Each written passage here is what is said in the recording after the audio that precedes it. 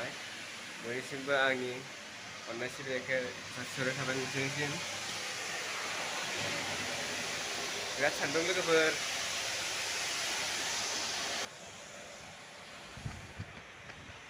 बयखौबो आंनि बे गोदान मोनसे भिडिअ'आव बरायनाय थाहरबाय। मेन रास्ता ओइथिं हाजोफोर दं आरो बोरै दं लोगोफोर?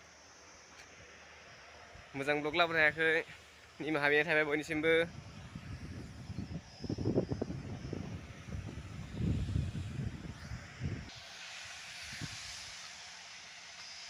दंफां सायाव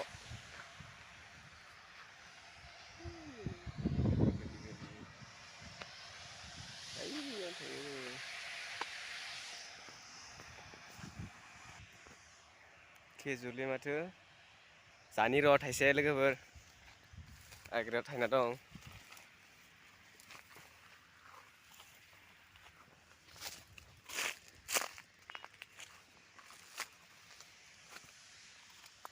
नै लोगोफोर जानि रायजागोनसो नामा मालायनि जाबायलै।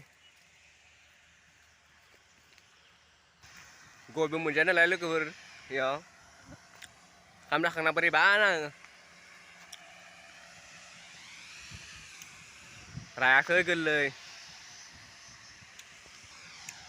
लोगोफोर अन्नानै चेनेलखौ साबस्क्राइब खालामना हो, लोगोसे खाथियाव थानाय बेल आइकनखौबो थुना हो जाहाथे आंनि बे गोदान भिडिअ' थांब्ला नोंसोरनियाव गिबिसिन नटिफिकेसन सहैयो।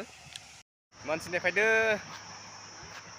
लोगोफोर मेन र'डआव बाजार थांनायमोनलै मानसिफ्रा बेखौनो नेनो फैदो। ओइ हाजो खाथियावनो नायबाय थादोंलै मोनफैयाखै दाबो इसोरो एसे लेट जागोन दासो गारियाव उथिदोनो। ओइयाव दसे जहैनोसै।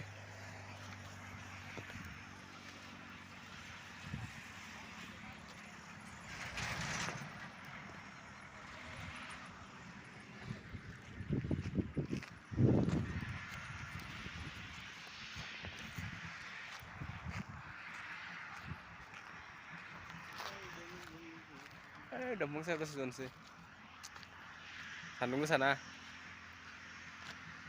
फैबाला नुहुरखागोन। ओइ नै दासो मोनफैदों थांनि र'। नै लोगोफोर बाजार आगोलथिं दं ओइलाय लांबाय थादों बस्था बस्था सप्तासेनि बाजारखा लोगोफोर। भिडिअ' बारा गोलाव खालामला लोगोफोर, बेखिनियावनो दोनथ'नाय जाबाय। बाय बाय लोगोफोर, थाबैनो गोदान मोनसे भिडिअ' नोंथांमोनखौ लोगो मोनगोन। बाय बाय।